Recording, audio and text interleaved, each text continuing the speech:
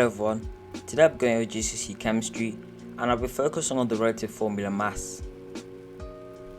So I'll be covering what is meant by the relative formula mass and how to calculate the relative formula mass for a compound. So let's recap the relative atomic mass. So the relative atomic mass of an element is the average mass of the isotopes of that element weighted to consider the abundance of each isotope, and this is how common each isotope is. If you want the relative atomic mass in more detail, you should check my latest video. I'll put this in the comment down below. So relative formula mass, or MR.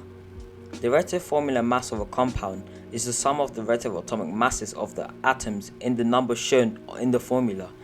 So the relative formula mass has no units, and remember that the relative formula mass never involves big numbers. So example 1. So this is the formula for methane. So we can see that one atom of carbon has bonded with 4 atoms of hydrogen. So let's calculate the relative formula mass. So in an exam, you'll be given the relative atomic masses needed. So carbon has a relative atomic mass of 12 and hydrogen has a relative atomic mass of 1.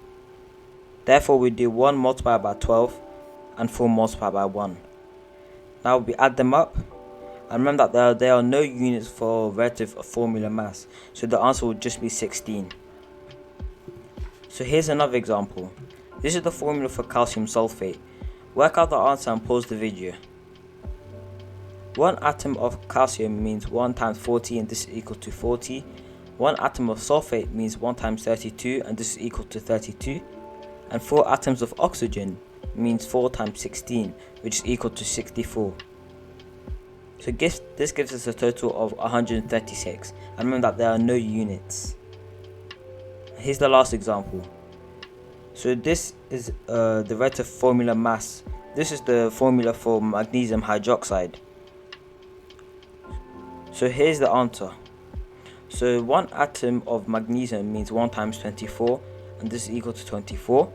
2 oxygen atoms means 2 times 16, and this is equal to 32. And 2 atoms of hydrogen means 2 times 1, and this is equal to 2. This gives a total of 58. So thank you everyone for listening to my video. Bye.